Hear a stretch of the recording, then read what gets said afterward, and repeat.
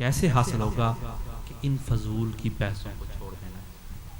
اب استغنا میں کیا چیز ہے کہ آپ کو مال سے اعلان بارات کرنا ہے.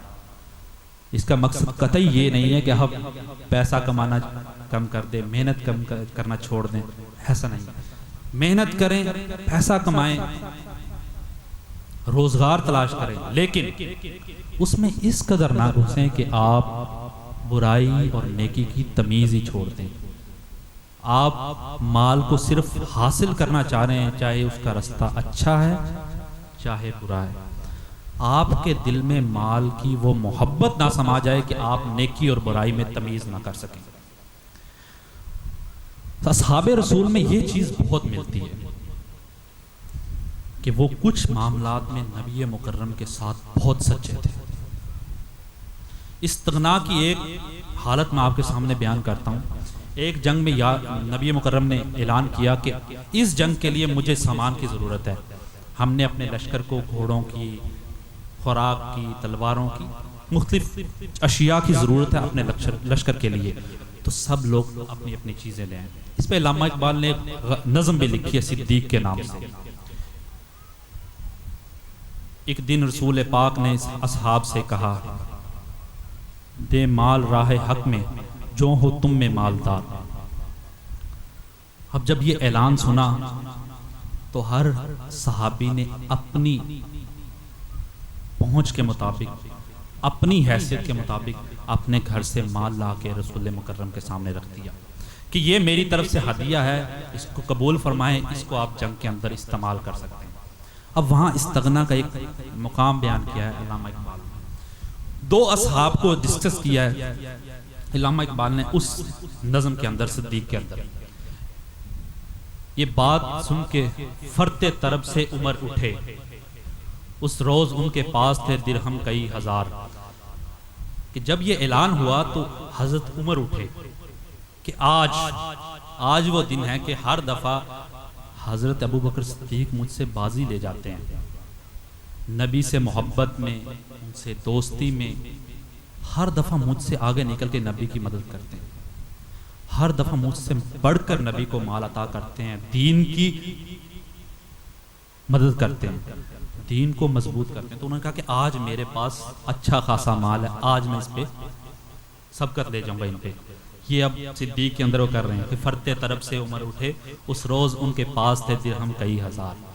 اب وہ گھر گئے، اپنے مال کا آدھا حصہ اٹھایا اور لا کے نبی کی بارگاہ میں پیش کر دیا. اب یہ استغنا کا مقام ہے. ہر انسان استغنا کے الگ مقام پہ فائز ہے. وہ لا کے آدھا مال انہوں نے نبی مکرم کی بارگاہ میں رکھ دیا. اب انتظار میں بیٹھے کہ دیکھتا ہوں کہ آج صدیق کیا لے کے آتا ہے. اب خدا کے ہاں، اس کے رسول کے ہاں مال کی تعداد نہیں اہمیت رکھتی، سامنے والے کا جذبہ بھی رکھتا ہے. ایک طرف عمر کا جذبہ تھا کہ میں صدیق سے آگے نکلوں، رسول کی مدد میں، اسلام کی مدد میں، مسلمانوں کی لشکر کو طاقتور بنانے کے لیے. لیکن وہ اس سے بے بہرہ تھے کہ حضرت صدیق عشق کے اس مقام پہ فائز ہیں، استغنا کے اس مقام پہ فائز ہیں کہ جس کو وہ پہنچ نہیں سکتے. اب بیٹھے ہیں سارے اصحاب اور نظر رکھی ہوئی ہے دروازے کی طرف کہ وہ اب کیا لے کے آتے ہیں. تو حضرت صدیق نے کیا کیا کہ اپنے سارے گھر کا مال لا کے نبی مکرم کی بارگاہ میں. اب یہ استغنا کا وہ مقام ہے کہ جہاں انہیں اپنی مال سے کوئی محبت نہیں، کوئی عقیدت نہیں، کوئی لگاؤ نہیں. ان کے نزدیک محبت رسول سب سے زیادہ اولین ہے. اسی لیے فرمایا کہ قیامت کے دن انسان جس سے محبت کرے گا اس کے ساتھ ہوگا. اگر صدیق اس وقت مال سے محبت کرتے تو قیامت کے دن وہ رسول کی محفل نہیں حاصل کر سکتے. تو جب وہ مال لا کے رکھا تو رسول مکرم نے پوچھا کہ صدیق گھر کے لیے بھی کچھ رکھا ہے؟ تو صدیق عشق نبوی میں سرشار کہا کہ میرے گھر کے لیے صرف ایک ہی چیز کافی ہے، وہ اللہ اور اس کا رسول. بلبل کو ہے چراغ، پروانے کو ہے چراغ، بلبل کو پھول بس، صدیق کے لیے ہے خدا کا رسول بس۔ اب علامہ اقبال صدیق نظم سے یہ استغنا کا مقام سمجھا رہے ہیں کہ استغنا، مال سے محبت نہ رکھنا، صدیق سے سیکھو۔ تو جب ہم چوتھے مقام کو استغنا کو دیکھتے ہیں تو اس میں ہم نے اپنی اولاد کو، اپنے مال کو، اپنی خواہشات کو پس پشت ڈال کے خدا کی طرف توجہ کرنی۔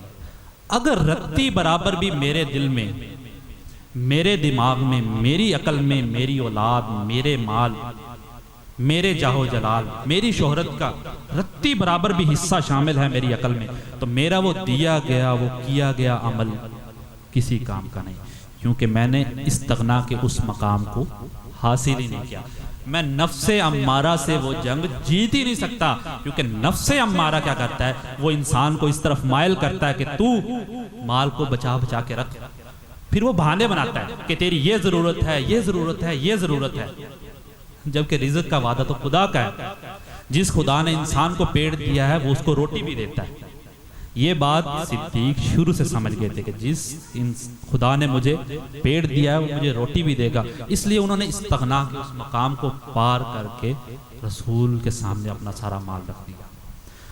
تو طلب اور عشق میں ہم احمق نہیں ہونے چاہیے، ہم خالص ہوں، اور معرفت اور استغنا میں ہمارے دل میں مال، دنیا، شہرت، جاہ و جلال، مقام، ذات پات، کسی چیز کا عنصر نہیں ہونا چاہیے۔ اگر وہ عنصر ہوا تو نفس امارہ تم پہ چڑھ دوڑے گا، ایک مضبوط پہلوان کی طرح تمہیں گرا لے گا، پھر تم پہلے 4 مقامات میں ہی فیل ہو جاؤ گے۔ اس لیے جب یہ 4 مقام کرنے ہیں، لوامہ اور امارہ کی طرف سے نکل کے مطمئنہ کی طرف جانا ہے، تو تمہیں اس رستے کو پار کرنا ہوگا۔ پھر آتی ہے توحید۔ توحید جس کا ذکر آپ کو ہر جگہ ملے گا، لیکن سچی توحید سمجھانے والے خام خام ہی ہیں، خال خال ہی ہیں۔ اگر آپ کو توحید کا ہی نہیں پتا تو آپ کے سامنے خدا کا حقیقی تعارف کس طرح آئے گا؟ آپ کو پتا کیسے چلے کہ خدا مجھ سے چاہتا کیا ہے؟ جب آپ پہلے 4 مقامات کو عبور کر لیتے ہیں، اس میں مضبوط ہو جاتے ہیں، تو اب آپ کا مقام آگا کہ اب آپ نے خدا کی طرف توجہ کرنی ہے، کہ اب مجھے جاننا ہے کہ خدا ہے کیا، وہ کتنا بڑا ہے، اس کے حکم کیسے ہیں، اس کے احکامات کو میں اپنے جسم پہ کس طرح لاگو کر سکتا ہوں۔ اب یہ توحید کا سبق ہے، اب یہ نفس مطمئنہ کا سفر ہے۔ پہلے 4 جو مقامات ہیں اس میں آپ کی بیماری کا علاج ہو گیا، اب اگلے جو 3 مقامات ہیں اس میں آپ کا سفر، اب آپ صحت مند ہو کے صراط مستقیم پہ چلنے کے قابل ہو گئے۔ اس سے پہلے اگر آپ 4 مقامات کو نہیں پار کرتے تو صراط مستقیم پہ کوئی بھی چیز آپ کو ادھر ادھر لے کے جا سکتی ہے، پھر آپ سیدھے راستے پہ نہیں جائیں گے۔ ادھر کوئی آپ کی اولاد آپ کو اس طرف کھینچ رہی ہے، ادھر آپ کا مال آپ کو اس طرف کھینچ رہا ہے، اس طرح کوئی فضول کی بحث آپ کو خدا سے دور کر رہی ہے، اس طرح دنیا کی محبت آپ کو خدا کے عشق سے دور کر رہی ہے، تو آپ صراط مستقیم پہ، توحید پہ چل ہی نہیں سکتے۔ اسی لیے لوامہ اور امارہ کو پار کر کے ہی نفس مطمئنہ کی طرف جانا تھا۔ پہلی 4 سٹیجز کو پار کر کے توحید، پھر اس کے بعد حیرت اور فقر و فنا آتا ہے کہ جس نے توحید کو، خدا کو سمجھ لیا، پھر وہ حیرت میں جاتا ہے، پھر یہ دنیا اس کے آگے اصل طریقے سے کھلتی ہے، پھر اس کی نماز مسجد کے اندر تک قید نہیں رہتی، بلکہ اس کی نماز وہ چلتے پھرتے نماز کے مقام میں ہوتا ہے، چلتے پھرتے ہوئے خدا کے حضور سجدے کی حالت میں ہوتا ہے۔ قرآن میں آیا نا کہ خدا کے کچھ بندے ایسے ہیں کہ وہ چلتے پھرتے خدا کی بارگاہ میں رکوع اور سجود کرتے ہیں۔ وہ کون سے ہوتے ہیں؟ وہ ان 4 مقامات سے گزر کے توحید کو سمجھ کے پھر حیرت کے اس مقام پہ آتے ہیں، پھر وہ کہتا ہے اچھا میں اس بندے کے ساتھ زیادتی کروں گا تو یہ خدا کا بندہ ہے، خدا کے ہاں میری اس کی شکایت جائے گی، تو میں تو اس کے ساتھ زیادتی نہیں کر سکتا، اس کا مال میں چوری نہیں کر سکتا، اس کا مال میں غبن نہیں کر سکتا، اس بندے کو میں گالی نہیں دے سکتا۔ حدیث پاک میں آیا کہ مرنے کے بعد لوگوں کے ساتھ حسن ظن رکھو، اور ہر معاملے میں جب بھی آپ کے سامنے کوئی چیز آئے تو اس کے معاملے میں حسن ظن رکھو۔ وہ ابو السعید ابو الخیر کا ایک قول ہے، ان سے کسی نے پوچھا کہ انسان کا اصل مقام کیا ہے، انسان کامل کب ہوتا ہے؟ کیا انسان کامل اس وقت ہوتا ہے کہ جب اس کی واہ واہ ہو، یا کامل اس وقت ہوتا ہے کہ اس سے کرامتوں کا ظہور ہو، یا کامل اس وقت ہوتا ہے کہ اس کی شہرت ہو جائے؟ تو ابو السعید ابو الخیر نے کہا کہ اگر کوئی اڑ کے دکھائے اور تم سمجھو کہ وہ کامل ہے تو اڑ تو مکھی بھی سکتی ہے، تو کاملیت کا تو یہ درجہ ہے ہی نہیں، توحید کا تو یہ درجہ ہے ہی نہیں، حیرت کا تو یہ درجہ ہے ہی نہیں کہ اگر وہ اڑ کے دکھا رہا ہے، آپ حیرت میں بگو یہ اڑ رہا ہے، تو وہ کام تو مکھی بھی کرتی ہے، پھر اس میں تو کچھ خاص نہیں ہوا۔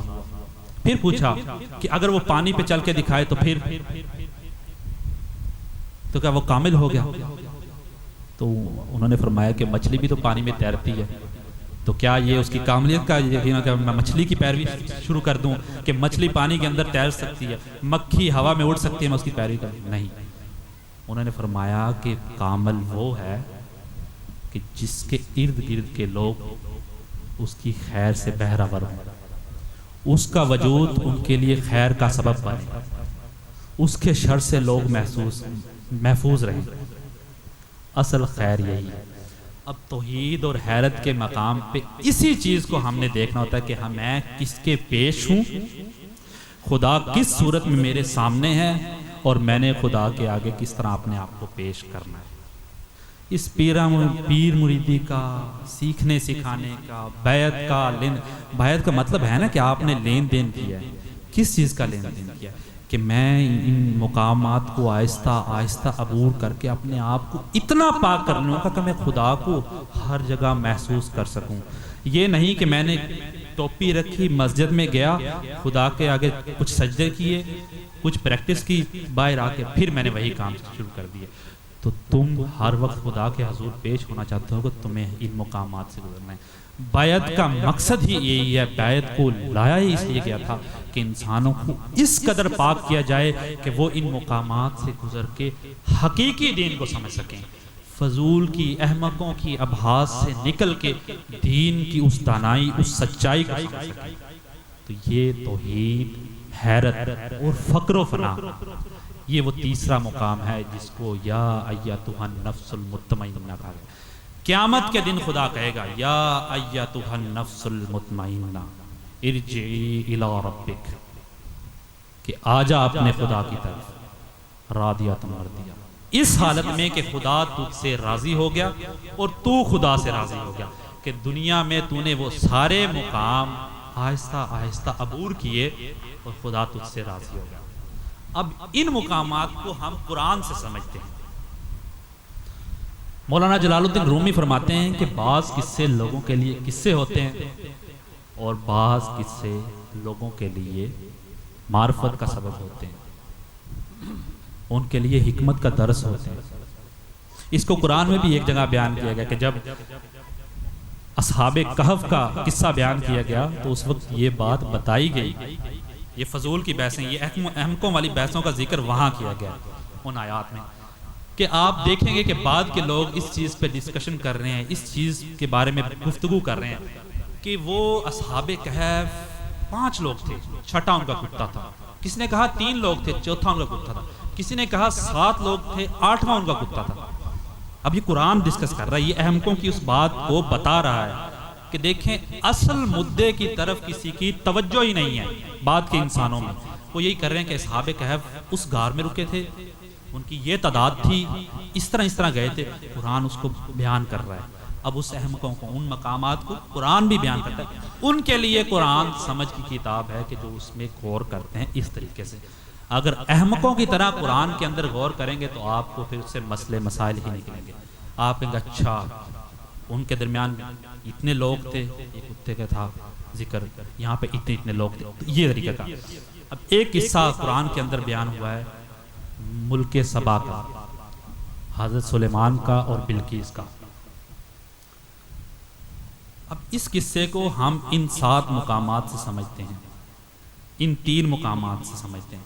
3 مقامات قرآن نے بیان کر دیے اور ان 3 مقامات کو کھول کے ہم نے رکھ دیا کہ جس کو دیکھ کے آپ اندازہ لگا سکیں کہ میری طلب میں احمق پن تو نہیں ہے، میں اپنے عشق میں سچا تو ہوں، میری معرفت حقیقی تو ہے، میں استغنا کے مقام پہ تو ہوں، کیا مجھے دنیا کی محبت یا دنیا سے لگاؤ تو نہیں ہے، کیا مجھے توحید کا مکمل علم ہو گیا ہے، کیا مجھے وہ حیرت مل گئی کہ جس میں میں خدا کو ہر طرف محسوس کر سکوں، کیا مجھے وہ مقام مل گیا ہے کہ میں اپنے آپ کو فقر و فنا کے مقام پہ فائز کر سکوں۔ تو یہ 7 مقامات کو ان 3 مقامات سے اخذ کر کے بیان کرنے کا مقصد یہ ہے کہ آپ اپنے اوپر غور کر سکیں، کہ آپ سمجھ سکیں کہ میں کس مقام پہ ہوں، اس مقام میں میرے اندر کیا کیا غلطیاں، کیا کیا کوتاہیاں ہیں، ان کو دور کرنا ہے۔ پیر کا مقصد، بیعت کا مقصد، ارشاد کا مقصد ایک ہی ہے کہ آپ کی وہ ایک چھوٹی چھوٹی برائی جو آپ کی روح کے ساتھ منسلک ہے، اس کو دور کرنا ہے۔ اگر آپ کی وہ برائی دور نہیں ہوئی، پھر آپ جتنی مرضی نمازیں پڑھ لیں، جتنے مرضی روزے رکھ لیں، خدا چاہے تو بخش دے، لیکن خدا کے ہاں یہ فرمایا گیا ہے کہ کئی لوگوں کی نمازیں میں ان کے منہ پہ مار دوں گا۔ کیوں؟ کیونکہ وہ اندر سے منافق اور ظاہری طور پر۔ تو ہم نے ان 7 مقامات کو ہی بغور کرنا ہے۔ تو قصہ حضرت سلیمان کا تھا کہ ہدہد پرندہ، یہ 7 مقامات کا ذکر خواجہ فرید الدین عطار نے اپنی کتاب منطق الطیر میں بھی کیا ہے۔ یہ 7 مقامات کو، مطلب پرندوں نے سوچا کہ ہم خدا کی طرف سفر کریں، ہم جانیں کہ ہمیں خدا نے کیوں تخلیق کیا ہے، کس چیز کی کشش ہے کہ جسے جو ہمیں اپنی طرف کھینچ رہی ہے، کون سی ایسی چیز ہے کہ جس کی طرف ہم نے جانا ہے، آخرت کا مقام کیا ہے، اس کو سمجھنے کے لیے انہوں نے پرندوں کے قصوں کے ذریعے سمجھایا کہ پرندوں نے سوچا کہ ہم خدا کی طرف جائیں، اپنے محبوب کی طرف۔ انہوں نے محبوب کی اس طرح مایوس کی، سی مرغ کی، ایک پرندہ بڑا پرندہ، اس کی پھر تفصیلات بیان کی، جس طرح خدا کی صفات ہیں اس طرح ہی اس کو بیان کیا۔ تو سی مرغ کی طرف ان پرندوں نے سفر کرنا تھا، تو ان کے پھر مختلف مقامات کو بیان کیا کہ طلب کا یہ مقام تھا، عشق کا یہ مقام تھا، معرفت کا یہ مقام تھا، استغنا کا یہ مقام تھا، توحید کا یہ مقام تھا، حیرت کا یہ مقام تھا، فقر و فنا کا یہ مقام تھا۔ ان مقامات کو بیان کیا۔ مقصد کیا تھا ان مقامات کو بیان کرنے کا؟ کہ جو بعد کے سمجھدار انسان ہیں وہ ان کی طرف توجہ کر کے ان سے سبق لیں۔ ہم ان مقامات کو کیوں ڈسکس کر رہے ہیں؟ کبھی غور کیا ہے کہ ہم نے کتنے عرصے سے ہم عرس کی محفل کر رہے ہیں، ہم نے آج تک اس سٹیج سے، اس جگہ سے کبھی کسی تفرقہ بازی والے مسئلے کا ذکر تک نہیں کیا، کسی ایسے مسئلے کو ڈسکس ہی نہیں کیا۔ اس کی وجہ کیا؟ اس کی وجہ یہی ہے کہ ہم شیخ عبد القادر جیلانی کے ماننے والے ہیں، ان کے سلسلے سے منسلک ہیں۔ اب ان کے سلسلے میں کیا چیز ہے؟ ان کے سلسلے میں واعظ و نصیحت ہے، انسان کی روح سے خطاب ہے۔ جتنا تحقیقی مواد شیخ عبد القادر جیلانی رحمۃ اللہ علیہ کے بارے میں ملتا ہے، آپ اس میں کہیں بھی تفرقہ بازی والا مواد نہیں دیکھیں گے۔ آپ ان کا جو خطبہ اٹھا کے دیکھ لیں، فتوح الغیب میں اٹھا کے دیکھ لیں، بنیاد الطالبین میں اٹھا کے دیکھ لیں، وہاں وہ ایک ہی چیز کی نصیحت کریں گے کہ تم نے اپنی روح کو کس طرح پاک کرنا ہے، تم نے اپنے مقام کو کس طرح پہچاننا ہے، تم نے سچا مومن کس طرح بننا ہے، تم نے حقیقی مسلمان کس طرح بننا ہے، تم نے خدا کی طرف سفر کس طرح کرنا ہے، تیری محبت رسول کے ساتھ کس طرح ہو، تو کس طرح قیامت کے دن حضور مکرم نبی مکرم کے ساتھ کھڑا ہو، تیری محبت اتنی خالص ہو، پیوریفائی ہو کہ تو قیامت کے دن رسول مکرم کے ساتھ کھڑا ہو سکے۔ یہ چیزیں ڈسکس کی ہیں۔ انہوں نے انہی چیزوں کی تربیت کی، انہی چیزوں کی تلقین کی، انہی چیزوں کی تعلیم کی۔ ہم بھی اسی مسلک کو، اسی منہج کو، اسی تعلیم و تربیت کو لے کے چلیں گے۔ ہم نے کسی اور مسئلے کی طرف توجہ نہیں دیں۔ اگر ہم نے اپنا سر، اپنے دل کی عز و انکساری شیخ کے حوالے کر دی ہے، تو ہمارا مقصد کیا ہے کہ ہم نے اس مقام کو حاصل کرنا ہے کہ جس کی تلقین شیخ تمام عمر کرتے ہیں۔ آپ نے کبھی مجھ سے سنا نہیں ہوگا کہ میں نے شیخ کی کوئی کرامت بیان کی ہو، کرامات وہ بیان کرتے ہیں کہ جن کے پاس شیخ کا علم نہیں. اگر میرے پاس شیخ کا علم نہیں ہوتا تو میں بھی آپ کی ادھر بیٹھ کے آپ کو کرامات سنا رہا تھا. شیخ نے جی مرغا زندہ کر دیا، ایسے ہاتھ رکھا ہڈیوں پہ مرغا زندہ ہو گیا. میں تو شیخ کا پیغام سناؤں گا. میں اس حقیقی سچائی کو، اس دانائی کو، اس اصل دین کو جو آدم سے لے کے محمد تک اترا، اس کو بیان کروں گا، جس کی تلقین شیخ نے اپنی کتابوں کے ذریعے، اپنے وعظ و نصیحت کے ذریعے لوگوں کی. پھر شیخ کی تلقین و تربیت سے جو لوگ پیدا ہوئے، انہوں نے بڑی بڑی فوجوں سے ٹکر بھی لی، بڑے بڑے لوگوں سے ٹکر لی، ظالم حکمرانوں سے. شیخ کے مدرسے سے فارغ التحصیل طلباء نے جا کے جہاد میں حصہ لے کے وقت کی سلطنتوں پہ قبضہ کیا. تو شیخ کا مقصد کیا تھا کہ ان کو اندر سے اتنا مضبوط کر دیا جائے، اندر سے اتنا خالص کر دیا جائے کہ وہ جب جس جگہ پہ جا کے کھڑے ہوں تو ان کے دل میں نہ کوئی خوف ہو. جیسے کہا گیا الا ان اولیاء اللہ لا خوف علیہم ولا هم یحزنون. وہ اس مقام پہ کھڑے ہوں، ان کے ذہن میں کوئی اپنے ماضی کا کوئی غم نہ ہو اور مستقبل کا کوئی خوف نہ ہو کہ اگر میں اس جگہ گیا تو میری موت واقع ہو جائے گی، میں قتل ہو جاؤں گا، میرا یہ نقصان ہو جائے گا، مجھے اس طرح زخم لگ جائے گا. شیخ نے تربیت اس طرح کری، شیخ نے تلقین کے ذریعے لوگوں کو سمجھایا. تو ہمارا یہاں پہ ان چیزوں کا مقصد ہی یہ ہے کہ ہم فضول کی بحث ترکہ ما لا یعنی، نبی مکرم نے فرمایا کہ ایسی چیزوں کو ترک کر دو کہ جن کا کوئی حل ہی نہیں نکل سکتا، کہ جو ہمارے لیے فضول مباحث ہیں. من حسن الاسلام المرء، اسلام کا حسن یہ ہے اور ہم اس حسن کو ہی لے کے چلیں گے. دین کا حسن اول روز سے حضرت اعظم سے نبی مکرم تک یہی تھا کہ آپ فضول کی بحثوں کو چھوڑ کے خدا کی طرف توجہ کریں گے. پیغمبر کا مقصد ہی یہ تھا. نہیں تو اگر صرف فضول کی بحثوں میں ہی الجھانا ہوتا تو خدا اکیلی کتاب لکھ کے لوگوں تک دے دیتا کہ یہ قانون ہیں، یہ اصول ہیں، یہ شریعت ہے، اس کو آپ لوگوں نے فالو کرنا ہے. جیسے ہمارے یہاں ہے کہ اگر گورنمنٹ نے ایک اصول ڈیفائن کر دیا کہ اس چیز پہ یہ چلان ہوگا، اس چیز پہ یہ جرمانہ ہوگا، تو ہم اس کو فالو کرتے ہیں. لیکن نہیں، خدا نے کہا یہ دین کا کام ہے. جب میری کتاب اترے گی تو لوگ اس میں ایسے لوگ بھی ہوں گے، وہ مکھی نہیں ہوتی، وہ گن پہ جا کے بیٹھتی ہے. تو انہوں نے کہا کہ جب یہ کتاب اترے گی تو کچھ گندی مکھیاں بھی ہوں گی کہ جو اس میں سے فضول کی چیزیں نکالیں گی. تو پھر اس کے ساتھ پیغمبر اتارے ہر کتاب کے ساتھ کہ وہ ان مسائل کو بھی سمجھائیں اور ان مسائل سے نکلنے والا اصل مقصد، اصل ان مسائل کا مغز، اصل ان الفاظ کا معنی وہ لوگوں کو سمجھائیں. تو حضرت سلیمان کا قصہ ہے، قرآن کے اندر ہی ہے. قرآن کے قصوں کو اس طریقے سے سمجھنا ہے، اس طریقے سے نہیں سمجھنا کہ جس سے خدا نے روکا ہے. کہ اصحاب کہف کے بارے میں بحث ہو رہی ہے کہ کتنے لوگ تھے، 7واں ان کا کتا تھا، 6واں ان کا کتا تھا، 5واں ان کا کتا تھا. یہ بحث اس کو خدا نے خود اس کی تکذیب کی، اس کی تردید کی اور اس پہ پکڑ کی کہ ان چیزوں کو چھوڑ دو، فضول کی بحث. تو حضرت سلمان کے قصے میں حضرت سلمان سٹیج لگا کے بیٹھے ہیں، ان کے وزیر مشیر ہیں، ان کے چاہنے والے ہیں، ان کے عقیدت مند ہیں، وہ ان کے پاس ہیں. تو حضرت سلمان نے دریافت کیا. اب حضرت سلیمان کو خدا نے بہت ساری طاقتیں دی تھی، بہت سارے تصرفات دیے تھے کہ دنیا میں وہ بہت سارے تصرف کر سکتے تھے. جنات ان کے تابع تھے، ہوا ان کے تابع تھی، وہ اپنے تخت کو ہوا میں اڑا کے لے چلتے تھے.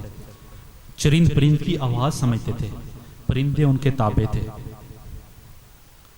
تو آپ اپنی مجلس لگا کے بیٹھے ہیں تو سوال کرتے ہیں کہ ہد ہد کا پرندہ نظر نہیں آ رہا، ہد ہد کا پرندہ نظر نہیں آ رہا. اب قرآن میں یہ واقعہ بیان کیا، اگر ہم اس کو ایز اٹ از اسی طرح لے کے چلیں تو ہمارے سامنے تو ایک واقعہ ہے کہ ہد ہد کا پرندہ نظر نہیں آیا تو اس کے بارے میں سوال کر لیا. لیکن اصل میں ہم نے ان 3 مقامات کو اور ان 7 مقامات کو اس قصے سے سمجھنا ہے. یہی خدا کا پیغام ہے جو ازل سے ابد تک ہے، جس کو ہم نے سمجھا. پوچھا ہد ہد کا پرندہ نظر نہیں آ رہا، کدھر ہے؟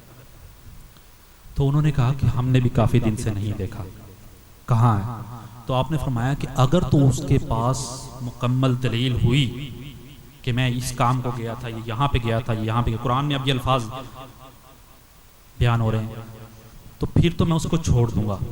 لیکن اگر اس کو یہ چیز نہ پتا چلی، یہ ثابت نہ کر سکا کہ میں فلاں کام کو گیا تھا، کسی فضول کام کی طرف گیا تھا، تو میں اس کو زندہ ذبح کر کے اس کا گوشت بنا دوں گا۔ اب یہ پیغمبر بیان کر رہے ہیں، قرآن کے اندر واقعہ ہے، اب اس میں سبق وہ ہم نے لینا ہے۔ دیکھنے کو یہ ایک واقعہ ہے، ہدہد کا پرندہ جس کے بارے میں سوال کیا کہ کہاں ہے، انہوں نے کہا کہ ہمیں بھی خبر نہیں، آس پاس کے وزیر مشیروں نے جو لوگ بیٹھے تھے انہوں نے کہا کہ ہمیں بھی خبر نہیں ہے کہ کہاں ہے۔ تو آپ نے کہا کہ اگر اس کے پاس مکمل دلیل نہ ہوئی اپنے غیبت کی، اپنے غائب ہونے کی، اپنے کہیں جانے کی مکمل خبر نہ ہوئی تو میں اس کو قتل کر دوں گا، ذبح کر دوں گا، اس کا گوشت بنا دوں گا۔ تو کچھ وقت کے بعد ہدہد پرندہ مجلس کے اندر آتا ہے۔ ابھی میں یہ قصہ بیان کر رہا ہوں، آپ اپنے طریقے سے مقامات سے جوڑیں، پھر میں بتاؤں گا کہ مقامات سے کس طرح ہیں۔ کچھ ٹائم کے بعد ہدہد کا پرندہ مجلس میں آتا ہے تو حضرت سلیمان پوچھتے ہیں اس پرندے سے کہ اتنی غیر حاضری کی وجہ کیا تھی، اتنے دن تم میری محفل سے کس لیے غائب تھے؟ تو ہدہد کا پرندہ کہتا ہے کہ سرکار، اللہ کے رسول، میں سیر پہ نکلا ہوا تھا تو میرا گزر ایک بستی پہ ہوا، ملک سبا نام کی بستی تھی، تو میں وہاں سے گزرا تو میں نے دیکھا کہ وہ لوگ سورج کی پرستش کر رہے ہیں، تو میں اس کو دیکھنے کے لیے، ان کے حالات و واقعات کو جانچنے کے لیے وہاں کچھ عرصے کے لیے رک گیا۔ اس لیے میرے غائب ہونے کے یہاں سے غیر حاضری کی وجہ تھی کہ میں ان کو دیکھ رہا تھا۔ تو حضرت سلیمان نے کہا کہ اچھا یہ وجہ ہے، وہ خدا کی عبادت نہیں کرتے؟ اب پیغمبر کوئی چیزیں خدا نے پہلے بتائی ہوتی ہیں، لیکن قصے کو بیان کرنے کے لیے، لوگوں کو سمجھانے کے لیے۔ اب جیسے نبی مکرم نماز پڑھنے کے لیے مسجد نبوی میں آتے ہیں، ٹھیک ہے، اور نماز کا ایک رکن بھول کے پیچھے آ کے بیٹھ جاتے ہیں۔ اب آپ کو لگتا ہے کہ نبی مکرم کو یہ نہیں پتا ہوگا کہ میں نے نماز پوری نہیں پڑھی؟ ان کو پتا تھا۔ اب بعد والے لوگوں کو سمجھایا کیسے جائے؟ تو یہ پیغمبر اپنی باتوں سے چیزیں سمجھاتا ہے کہ جب ہم سے یہ چیز ہوئی تو صاحب نے پوچھا کہ یا رسول اللہ کیا نماز کے لیے نیا حکم اترا ہے؟ کہ یہ تو آپ نے فرمایا کہ اوہ یہ پوری کر رہی تھی، صرف سمجھانے کے لیے اگر آپ کی نماز رہ جائے تو اس کو اس عمل کے ذریعے پورا کرو۔ تو وہی ہے کہ ہدہد کا پرندہ گیا، اس نے ساری چیزیں نوٹ کی، حضرت سلیمان علیہ السلام کو فرمایا کہ وہاں وہ سورج کی پرستش کرتے ہیں، اس طرح کے ان کے حالات ہیں، دنیا کے مال میں وہ کافی غرق ہیں، ان کے پاس کافی ریسورسز ہیں، کافی وسائل ہیں، دولت مند ہیں، خوراک کی فراوانی ہے، چشمے ہیں، اس دور میں پانی کی بھی بڑی اہمیت تھی، تو دنیا کی ہر آسائش ان کے پاس میسر ہے، لیکن ان کے پاس دین کی دولت ہی نہیں اصل، وہ اس سے دور ہیں اور وہ سورج کی پرستش کرتے ہیں۔ آپ نے کہا اچھا یہ وجہ ہے، تو تم ایسے کرو، میں تمہیں ایک خط لکھ کے دیتا ہوں، یہ خط جا کے ان کی ملکہ کو دو۔ وہ قرآن کے اندر بیان کیا کہ ہدہد کا پرندہ ساتھ بتاتا ہے کہ ان پہ ایک عورت حکمرانی کرتی ہے۔ پرانے وقتوں میں عورت کی حکمرانی کا تصور ہی نہیں تھا، مطلب زیادہ تر ریاستیں مردوں کے، بادشاہ مرد تھے، عورتوں کا تصور نہیں تھا۔ جب یہ نئی بات انہوں نے کی کہ عورت حکمرانی کر رہی ہے ان کے اوپر، اب یہ سمجھنا ہے کہ قرآن اس کے ذریعے سمجھانا کیا چاہ رہا ہے، تو کہا کہ تم ان کی ملکہ کے پاس میرا یہ خط لے کے جاؤ اور اس کو دے کے آؤ۔ ہدہد کا پرندہ وہ خط پکڑتا ہے اور جا کے ملکہ کو دے دیتا ہے، اور جو تفسیر کے اندر آیا ہے کہ وہ ان کی گود میں پھینک کے واپس آ جاتا ہے۔ ملکہ اس خط کو نکالتی ہے، پہلے ذرائع ابلاغ کے طریقے کبوتر کے ذریعے پیغام بھیجا جاتا تھا، اس طرح پرندوں کے ذریعے بھیجا جاتا تھا، تو اس نے جب وہ خط نکالا، پڑھا، لکھا ہوا تھا کہ میں سلیمان ہوں، خدا کا پیغمبر، اور میں تمہیں ہدایت کی طرف لے کے آتا ہوں کہ تم جس سورج کی پرستش کر رہی ہو وہ خدا کی مخلوق ہے، خدا کی مخلوق کی پرستش چھوڑ کے خدا کی پرستش سٹارٹ کرو، خدا کی طرف دھیان دو۔ توحید کا سبق انہیں بتا رہے ہیں کہ توحید اس طرح ہے۔ تو اس نے اپنے وزیر مشیروں کو بلایا، ان سے بلا کے مشورہ کیا کہ اس طرح خط آیا ہے، یہ دور کے ایک علاقے میں ایک پیغمبر ہے سلیمان نام کا، اس نے مجھے خط ہدہد کے ذریعے بھیجا ہے اور مجھے کہا ہے کہ دین کے اندر داخل ہو جاؤ اور اس سورج کی پرستش کو چھوڑ دو. سورج ایک مخلوق ہے، اس کے خالق کی پرستش کو شروع کر دو. تو وزیر مشیروں نے کہا کہ ہمارے پاس تو بہت طاقت ہے، ہم بہت بہادر ہیں. اگر سلیمان ہمیں یہ دھمکی لگاتا ہے کہ اگر تم نے دین کی دعوت قبول نہیں کی تو ہم اس سے لڑ لیں گے، ہمیں اپنے وسائل پہ پورا اعتماد ہے، ہم ان کو شکست دے لیں گے. تو وہاں ملکہ بلقیس تھوڑی سمجھداری دکھا گئی. انہوں نے کہا کہ اگر ہم وسائل میں مضبوط ہیں، اگرچہ ہم طاقت و توانا ہیں، اگرچہ ہمارے پاس ہتھیار ہیں، لیکن ہم یہ جنگ جیت نہیں سکیں گے. تو بہتر یہ ہے، مجھے لگتا ہے کہ یہ جو پیغام آیا نا یہ ایک سچے نبی کی طرف ہو سکتا ہے. کیوں نہ ہم یہ تحقیق کر لیں کہ جو یہ پیغام آیا یہ سچا ہے، یہ حقیقی ہے، یہ خدا کے نمائندے کی طرف سے آیا. تو انہوں نے اس کے لیے ایک سامان تیار کیا. اب سامان کیا تھا؟ انہوں نے کہا کہ ہم سونے جواہرات، طرح طرح کے تحائف لے کے اپنے خادمین کو بھیجتے ہیں سلیمان علیہ السلام کی بارگاہ میں. اگر تو وہ قبول کر لیتا ہے تو پھر تو وہ دنیا دار ہے، ہم اس سے جنگ کر لیں گے. لیکن اگر وہ قبول نہیں کرتا تو پھر وہ خدا کا حقیقی پیغمبر ہے، پھر اس کے اندر استغنا کوٹ کوٹ کے بھرا ہوا ہے. اس کا عشق، اس کی معرفت، اس کی حیرت، اس کا فقر و فنا، اس کی توحید مکمل ہے. اور اگر اس نے سونا جواہرات کو قبول کر لیا تو ہمیں پتہ چل جائے گا کہ وہ احمق ہے.